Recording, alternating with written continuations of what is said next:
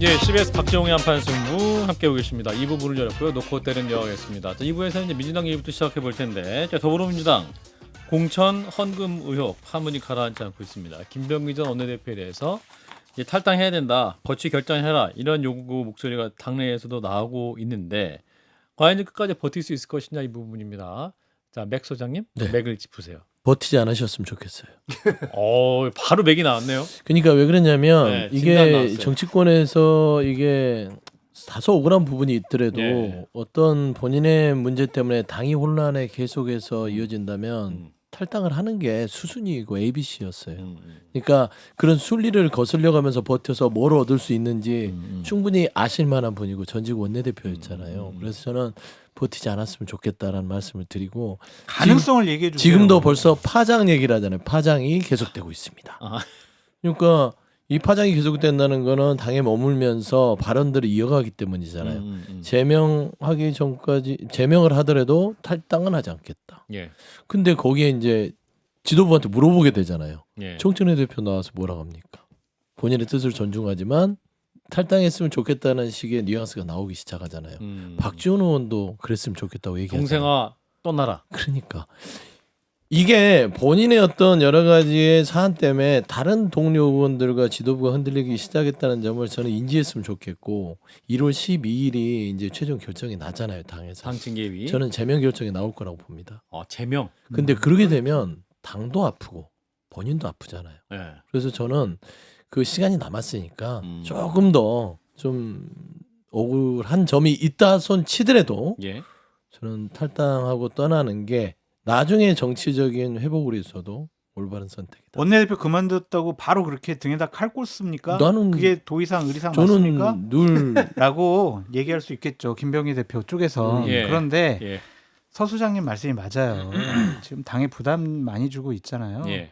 그리고 나오는 의혹이 이거는 너무나 명백한 본인 목소리도 있고 보좌진들과 나눈 메시지도 있고 정황적인 증거도 있잖아요. 예. 죄질도 그렇게 좋아 보이지 않아요.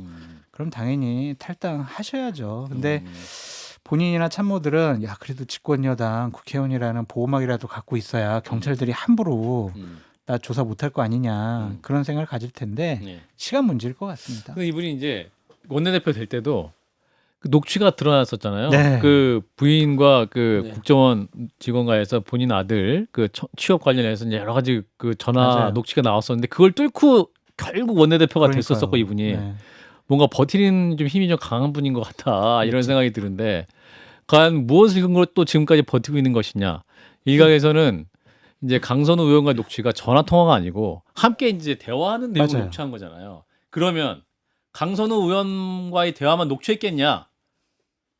다른 것도 있어서 이분이 뭔가 버티는 힘이 있는 게 아니냐라는 추리를 하시는 분도 있어요. 2024년 총선에 네. 검증위원장 했잖아요. 그러면은 부총장으로서 당 예, 조직. 후보들 관련된 여러 가지 문제점 다 살펴봤을 거 아니에요. 예. 그런 것 만나자는 때문에- 선 많이 있었을 거고. 그렇죠. 예. 본인 또 특성상 다 녹음이나 녹취해놓지 않았을까? 그거 뭐가 있지 걱정하는 거겠죠 의원들이. 근데 이거 좀 모양새가 너무 이상하지 않습니까? 그렇죠, 이상하죠. 왜냐하면 아니 잘못은 본인이 한 거잖아요. 그러니까요. 김병기 씨가 지금 당에 엄청난 누를 끼친 거예요. 근데 당에 대표부터 시작해서 박지원 선배 뭐 그렇게 그 최고령의 예. 그 국정원장 출신이니까 까지 나와서 막 사정을 해. 동생아 야 좀 떠나주면 안 되겠니? 너 좀 그만두시면 안 되겠니? 예. 그렇게 얘기하고 있어요. 예. 왜 그럴까요? 아까 장 소장이 얘기하신 대로 예. 이 자기가 선언했잖아요. 제명을 해보세요. 난 탈당은 못해요. 차라리 날 잘러. 나 탈당 못해. 근데 나 잘라봐. 내가 어떻게 하는지. 뭐 이런 얘기 아닙니까 결과적으로는? 그러면 협박이다, 이거는 제가 사실상. 보기에는 이건 사실상 협박이지. 아니 이런 일이 벌어지면 누구든지 다 언론에 보도되지 않고 자기 이름이 안 나오도록 하기 위해서 다 잠적해요. 그렇죠? 예. 근데 이분은 갑자기 버텨요. 뉴스토마토인가 어디에 나와서 가서 몇십 분 동안 계속 얘기를 해서 그게 계속 회자가 되도록 만들어요. 예. 예. 그게 뭐겠습니까? 아하. 그거는 나 이렇게 할 수 있거든. 나 다른 데 나가서도 뭐든지 할 수 있거든. 예. 나 건드리지 마. 건드리지 이거예요. 마. 12일 날 제명 쉽지 않을 겁니다. 제가 보기에는 아마 지금 그래서 마쿠에서 엄청난 협상이 벌어지고 있을 거예요. 한쪽에서는 야, 너 이렇게 하면 어떡하냐. 미래를 생각해야지. 네가 일단 물러나줘야지. 그럼 그쪽에서는 내가 물러나면 나 그다음에 나 불러준다는 뭐 보장이 있어? 나 그럼 그냥 쳐버리고 말 거 아니야. 이런 식으로 지금 아마 굉장한 물밑 투쟁이 벌어지고 있을 것이다라고 추정이 됩니다. 그 이전에 벌어졌던 다른 일들을 근거로 해서 보면. 뇌피셜인 것 같고요. 왜냐면 사실은 이분이 그러니까 많은 분들이 아마 그 생각을 했을 거예요. 뭐 국정원 출신 오래 계셨고 87년에 들어가서 나올 때가 안기부 있었으니까. 시절부터 있었으니까. 오래 있었죠. 오래 있었으니까 사실은 국정원 출신에 또 전화가 아니라 대화 녹음을 했으니까 만난 분들은 다들 뭐 녹음한 거 아니야 했는데 본인이 얘기했어요. 만약에 없다고 얘기했죠. 근데 만약에 여기서 그걸로 없다고 얘기했는데 그거 만약에 있다라고 얘기하는 순간 정말 끝이에요. 정말 완전 끝이에요. 그러니까 정치권에서 완전 못한다. 끝이. 그렇죠. 그러니까 사실은 그건 아닌 것 같고 아마 생각은 아마 뭐 12일 날 심판이 있기 때문에 그때 소명하겠다라는 것 같아요. 그러니까 본인 얘기도 보면 그 항공권에 대한 거는 자기가 잘못한 게 맞다. 받은 건 맞는데 나머지는 소명하겠다고 하고 있기 때문에 예. 일단은 뭐 윤리위 심판에서 자기가 일단 판단을 받아보겠다 그전 같아요. 지금 말씀하신 것처럼 뭐 뒤에 녹음한 게 있으니까 이걸로 뭐 협박하겠다 그거는 아니에요. 그러실 분도 아니고. 너무 정치를 이렇게 나이브하게 보시네. 현장을 잘 아시면서 왜 저런 얘기를 하실까? 그래서 지금 민주당 당원들이니까 그렇죠? 이해해 주세요. 네, 이해합니다. 아니 그게 사실상 그 김병기 의원이 녹취를 했을 거라는 거는 뇌피셜 맞잖아요. 사실 뭐 다른 녹취가 있을 것이다. 다른 녹취가 있을 거라는 거 뭐 어떤 증거가 있어요? 증언이 있어요? 없잖아요. 윤석열 그냥- 정권 시절에 김건희 뭐 증거가 있어가지고 김건희 증거가 부인제라고 기록이 막 증거가 차고 아니, 넘쳤어 그때. 가방 받아가는 것도 영상도 나오고 다 나왔지. 차고 몰라. 넘쳤기 때문에 그거는 비교 대상이 아니고 우리가 이제 김병기 의원에 대해서 없는 사실을 가지고 굳이 덧붙일 필요는 없을 것 같아요. 예. 근데 이제 본인이 당에서 버티다 보니까 이게 자꾸 이상한 추측을 하게 만드는 것도 이상한 추측을 하게 만든다. 당에도 힘들게 만들고 본인도 힘들게 만든단 말이 그렇죠. 이런 거예요. 그렇죠. 그냥 말끔하게 탈당을 하고 나서 뭐 당당하게 내가 다 수사에 대해서 떳떳하면 밝혀 돌아오겠다 해서 정말 책임질 일이 없으면 돌아오면 되는 겁니다. 예. 근데 사실 저는 보면 이게 이제 본인의 일로 인한 보좌진들의 어떤 폭로전, 민망한 사안들, 뭐 갑질의혹 등등등 그거 부분은 솔직히 탈당까지 갈까 저도 그런 건 아니에요.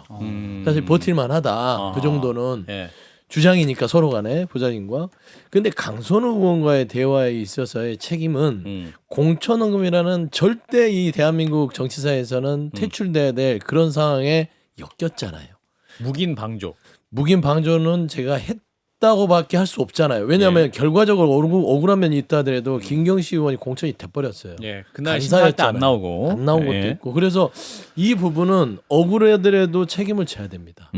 그래서 제가 이제 말씀드리는 게 그 본인의 어떤 개인사로 지금 당이 나가라고 하는 게 아니라 공천헌금이라는 매우 절체절명의 국민들의 신뢰에 금이 갈 수 있는 부분이기 때문에 저는 저기 박지원 의원님 말대로 동생아 예, 떠나가주면 좋겠다. 그러니까 라는 형님의 말씀을 들어달라. 예, 들었으면 좋겠어요. 저는 좀 생각이 달라요. 아 달라요. 네. 오 왜냐면 달라요. 예. 경론이 그러니까 벌어지고 그 1억 부분에 대해서는 어쨌든 뭐 강선우 의원이나 지금 뭐 보좌관이 뭐 수사 중이니까 나올 텐데 예. 김병기 의원이 얘기 들은 건 맞죠. 예. 그 여기서도 일단 뭐 원칙대로 해야 된다 했는데 안 간 걸 가지고 묵인 방조에서 공천이 됐다라고까지 연결하는 거는 약간 오반 것 같아요. 공천 심사위원회 그렇죠. 당연히 안 왜냐하면 갔다. 기본적으로 구의원들의 공천은 그 예. 지역 의원들이 거의 영향을 미칩니다. 여기도 보면 사실은 공관위 회의록에도 남아 있었잖아요. 강선 의원이 돌라고 했고 그래서 사실 그것 때문에 지금 당에서 제명한 거거든요. 예.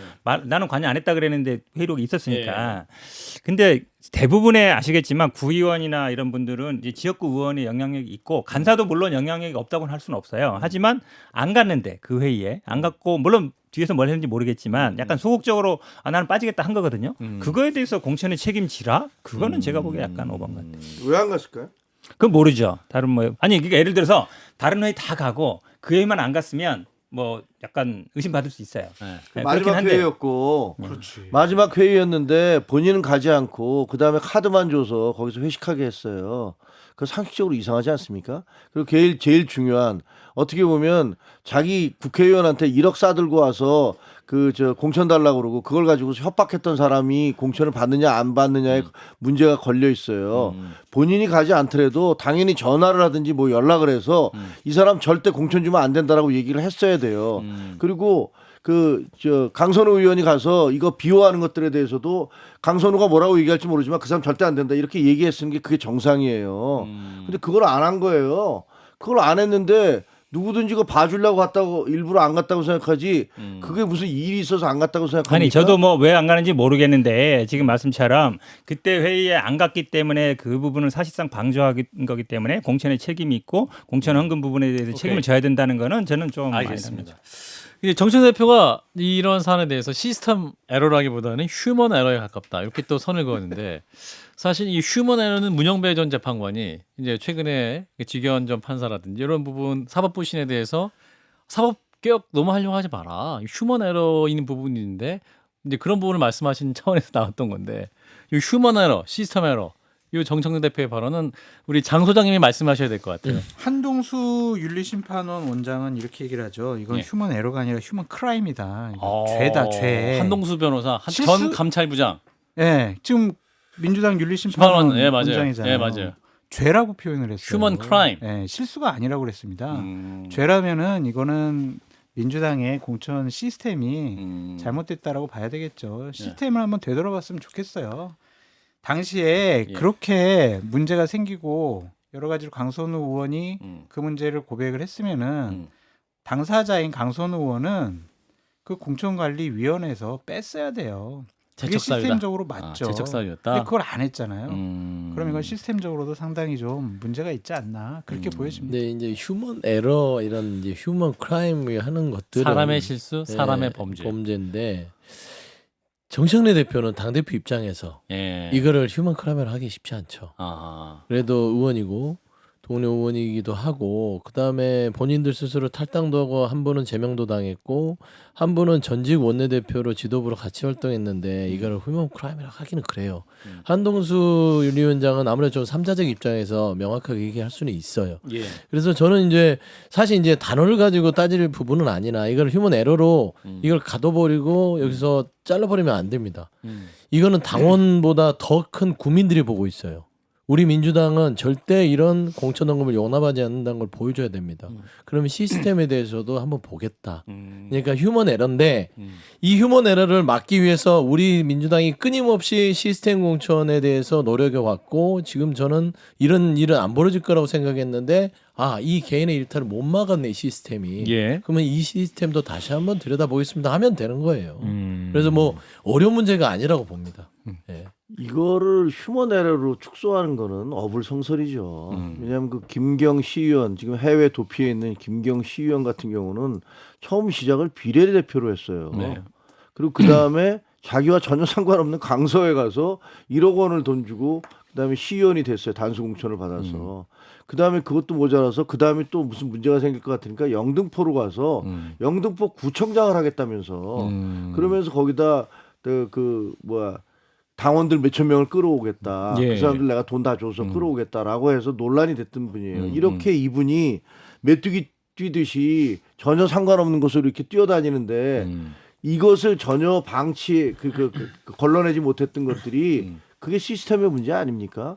그리고 누군지 생각해 보기에 아니 그 굉장히 힘든 그 출마를 하는 것도 1억을 주고 했는데 비례대표는 어떻게 했을까? 비례대표는 그냥 됐을까? 이거 생각 누구든지 하지 않겠습니까? 예. 그런 생각 할 거예요. 그리고 강선우 의원과 뭐 김경 씨 뭐 문제는 또 그렇다 치더라도 김병기 원내대표도 관련된 사람들이 누구예요? 부인도 관련돼 있죠. 거기 조모 구의 부의장의 카드도 관련돼 있죠. 시의원들 공천도 관련돼 있죠. 아니 그러면 도대체 이거를 개인의 에러라고 얘기를 하면 이게 어떻게 개인의 에러가 될 수 있습니까? 당의 원내대표와 그리고 강선우 의원 같이 실세 그 이쁨 받던 그런 의원과 그리고 김경 뭐 이분이 무슨 뭐 원내대표 한다고 시의원 원내대표 한다고 이렇게 뛰어다니고 그랬다면서요? 예. 뭐 이런 사람들이 다 연관돼 있는데 이거를 무슨 개인의 문제다라고 얘기하시는 것은 네. 정말 근데 어불성설이다. 너무 좀 이제 그 막 이렇게 확대해서 막 추측하시는데 김경 시의원이 지금 강선원과 부적절한 그 상황을 했다고 그래서 뭐 비례대표 때는 돈 안 줬겠냐, 뭐 어디로 옮길 때는 돈을 안 줬겠냐 이렇게 하는 거는 그러면 제가 이제 물타기를 한번 하면 그런 거예요. 예를 들어 김경 누구죠? 김정재 포항 의원이죠. 예. 그분이 녹취에서 그랬잖아요. 3억. 경선하면 4억씩 매수하는 게 일상이니까 나 당수 공천 주세요 이렇게 얘기를 했던 거 아닙니까? 그냥 경선하면 돈이 많이 들어간다. 예. 왜냐면 여기저기 돈 바쳐야 되니까. 그러니까 단수 공천 달라고 하는 건데 그러면 국민의힘에서 단수 공천 받은 의원들은 다 뭐 그런 식으로 뭐 했다고 동걸 생각해야 되는 것이냐? 해야 되는 겁니까? 확대 해석해서 그런 거 아니잖아요. 4억보다는 덜 주고 단수 공천 받았냐 이렇게 막 소설을 확대할 수 있기 때문에 예. 저는 딱 그 부분만 보고 비판했으면 드러난 좋겠다. 사실만 드러난 갖고 사실만 얘기했다. 얘기를 했으면 아니 좋겠다. 근데 이거는 김기영 씨는 좀 달라요. 음. 세 군데 비례대표와 강서와 영등포 아닙니까? 강서와 영등포 두 군데에서 다 범죄 행위 비슷한 행위를 했어요. 그러면 제일 처음에 비례에서는 안 했겠느냐라고 추론하는 게 너무나 당연한 거 아닙니까? 제가 보기엔 출연할 이게 수 뭐 있죠. 휴먼 에러냐 시스템 에러냐 뭐 선택의 문제는 아니고 저는 둘 다라고 봐요. 왜냐하면 정치라는 게 뭐 개인의 문제와 구조의 문제는 뭐 연결돼 있거든요. 예. 연결돼 있는데 저는 이게 민주당이 굉장히 위험한 신호라고 봅니다. 민주당이 그동안 중상층과 서민의 정당, 뭐 노동자 농민의 이해를 대변하고 아니면 뭐 잠깐 중산층을 대변한다 했는데 이미 이제 기득권화에 들어서고 이게 마치 이제 돈 주고 자리를 산다는 게 이게 매관매직이거든요. 한마디로 얘기하면 이렇게 되면서 이제 기득권화되고 약간 가진 자들의 정당이 된 거 아니냐. 이게 사실은 민주당 입장에서는 굉장히 뼈아픈 부분이에요. 그러니까 시의원 1억, 구의원 3천 이런 설이 있잖아요. 그렇죠. 그러면은 이건 1억이나 3천 주면 투자만큼 돌아오는 게 더 많으니까 1억 3천이라는 얘기 아니에요? 그 돈을 주고 만약에 예전에 우리가 공천 받을 때 돈을 주면 그분이 어쨌든 그보다 더 많은 거를 어찌 보면 회수하려고 그럴 거 아닙니까? 네. 결국은 그 사람의 심리가 그러거든요. 그러니까요. 그럼 뭔가 이권에 개입하게 되고 그럼 뭔가 잘못된 결정을 하게 되고 그러면 결국은 정책이 잘못되게 가는 거거든요. 그 부분을 이제 막아야 되는 거라 저는 뭐 국민의힘이나 민주당이나 또 마찬가지 문제지만 이거는 구조적으로 막아야 돼요. 막아야 되는데 저는 그래도 지금 이 사실은 그러니까 제일 민감한 게 단수라든지 전략 공천. 네. 이 부분에서 많이 작용하거든요. 그 다음에 경선할 때 누굴 넣고 누굴 빼느냐. 거기도 굉장히 작용돼요. 막 경쟁 있는 사람 빼버리고 뭐 네. 2, 3위 하는 사람끼리 붙이고 막 이런 일이 횡행하거든요. 그 다음에 여론조사를 하거나 아니면 당원 조사를 하면 그 자료를 잘 공개를 안 해요. 그러면 이제 어떻게 되는지 모르고 그냥 예를 들어서 뭐 아주 센 사람 빼버리고 밑에 사람끼리 붙이든가 아니면은 중간에 마음에 드는 사람 빼고 그냥 전략 공천 주든가 있어서 가장 좋은 방법은 다 넣고 네. 오픈 프라이머리. 그렇죠. 다 넣고 경선하고 그 중에서 예를 들어서 또 여론조사도 예를 들어서 한다 그러면 다 대충 다 돌거든요. 어디서 한다? 그럼 어느 데서 한다든지 딱 공개를 하고 네. 그 수치 예를 들어 몇 도에서 나왔다 공개를 하면 돼요. 오픈제에서 하는 게 저는 가장 좋다고 봐요. 그 재산이 한 200억 있는 분은 한 1억 주면서 시의원이나 뭐 예를 명예? 들면 영호남에서 군수나 시장 같은 거 하면 네. 명예로 생각할 수가 있겠죠. 뭐 돈을 내가 뭐 1억 줬으니까 돈 뽑아 먹어야지. 그런 생각하는 분들도 있을 거고 나는 명예가 더 좋아 그런 분도 있을 것 같아요. 그래서 영호남 훨씬 더 심하다. 듣는 소문이 더 많아요. 그래서 그런 것들이 고쳐질 듣는 수 소문이 더 있을까? 많다는 건 밝혀지지 않은 것도 많이 있다. 대부분 안 밝혀졌을 것 같아요. 당사자들이잖아요. 네. 그냥 당협위원장이나 국회의원하고 저 후보자예요. 둘만 입 닫으면 이거 모르잖아요. 예. 그래서 이건 비일비재해서 안 없어질 것 같은 그러한 회의감이 들고 저 의사진행 발언으로 서 소장님 칭찬 좀 해주세요. 소성님. 네. 예. 아까 물타기 했잖아요. 예. 물 마시더라고.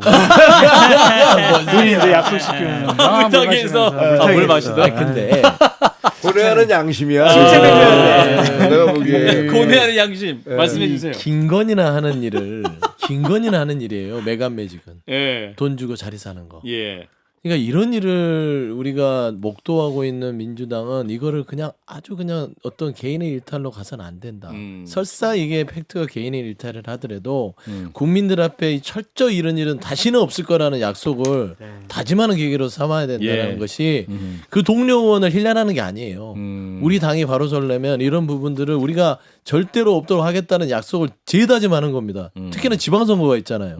그래서 저는 우리 현 변호사님이 좋은 말씀해 주신 게 이런 거래에 유혹이 있을 수 있는 게 단수공천, 전략공천 이런 부분들이 가장 유혹이 더 있을 거예요. 이거는 어떤 경쟁이 없이 어떤 특정 어떤 사람에 있어서 정해질 수 있는 거잖아요. 그런 걸 투명할 수 있는 거. 그리고 제가 제안하는 거는 행여나 잘못된 옛날의 구습을 아직도 못 버려서 돈 갖다 두는 사람들 이런 분들은 행위 자체로도 그냥 정치권에서 퇴출시켜버려야 됩니다. 자, 6분 남았는데요. 박정희 한판 승부 CBS 라디오를 함께하고 있습니다. 자, 이해운 기획예산처 장관 후보자.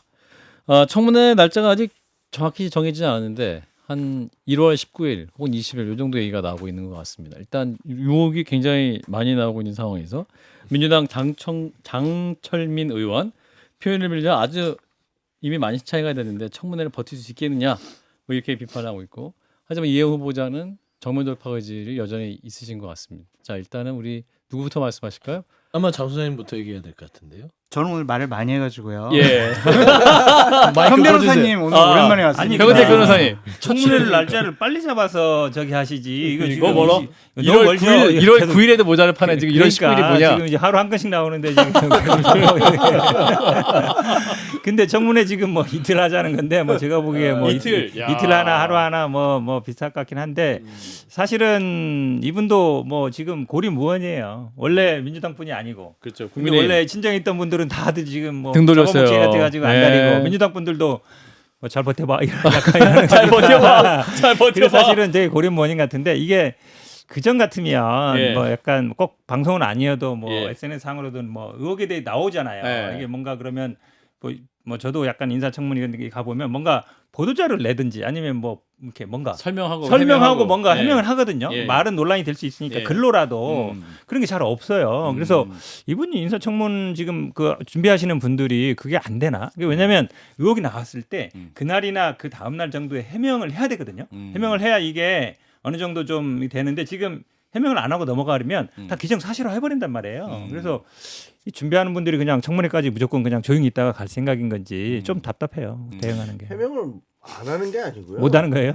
네, 못 조금씩 하니까 나오긴 해요. 시간을 벌고 네. 있는 거예요. 네, 조금씩 나오긴 합니다. 시간을 네. 벌면서 나중에 이거 어떤 논리로 이걸 방어해야 될 것인가 그런 얘기를 하는 건데 이재명 정부 들어서고 나서 이진숙 교육부 장관 후보자가 낙마를 했고 강선우 여가부 장관 후보자가 낙마를 했잖아요. 근데 지금 현재 이 이해운 장관 후보자에 대해서 제기되는 의혹이 그 두 분에 비해서 적습니까?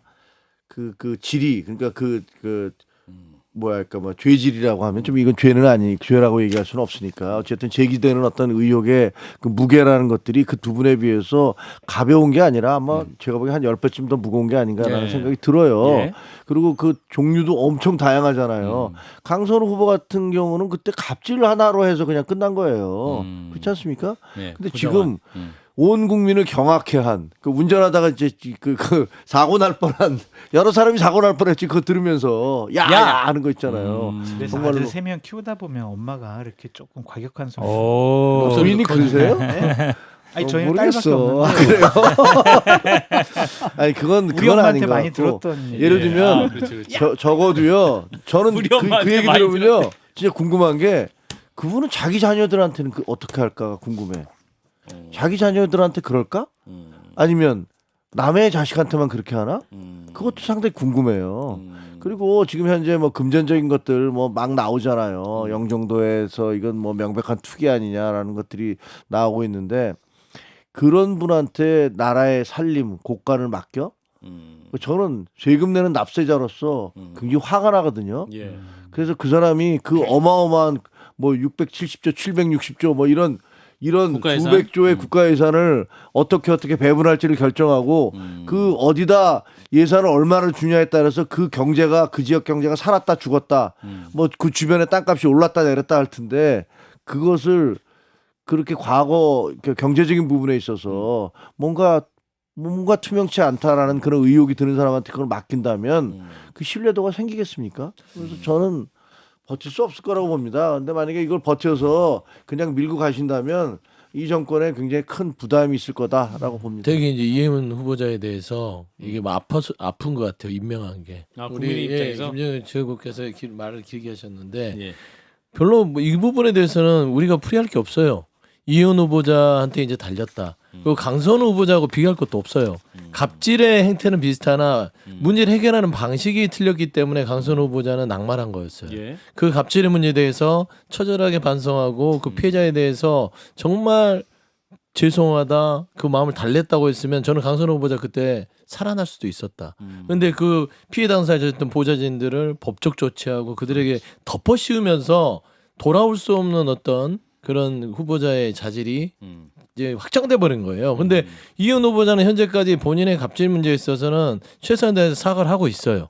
그리고 이제 저도 좀 보기에는 좀 의심쩍은 증여 문제라든지 땅에 대한 어떤 부의 어떤 증식 투기 문제는 문제. 네. 이거는 저는 청문회에서 납득할 수준에 하면 되는데 다 떠나서 인간 관계를 한번 돌아보셔라.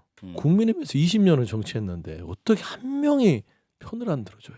장성철 소장님. 그러니까 장 소장님 빼고 장 소장님은 국민의힘 소속 아니에요. 또 당원도 아닌 분이 편을 들어주냐. 아니야. 그래서 저는 이혜원 후보자께서 경계인입니까 경계인? 경계인. 혹시나 관운이 있어서 이번에 통과가 되신다면 예. 본인의 지난 몇십 년 동안의 정치권에서의 인간관계, 음. 인덕이 부족하지 않았는지 한번 돌아보는 기회가 됐습니다. 10초. 청문회까지 가고 임명 강행할 것 같아요. 그러니까 보수 쪽 인사와 함께 국정 운영하겠다라는 정무적인 판단이 좀 강한 것 같아가지고 예. 청문회 때 잘 해명하시면 임명은 될 것 같습니다. 저는 불투명하다고 봅니다. 예, 일단은 아직 청문회 날짜도 안 나왔기 때문에 일단 여기까지 하겠습니다. 노코 때리는 함께해 주신 맥 소장님 그리고 김재혁 전 최고 두 분 고맙습니다. 네, 감사합니다.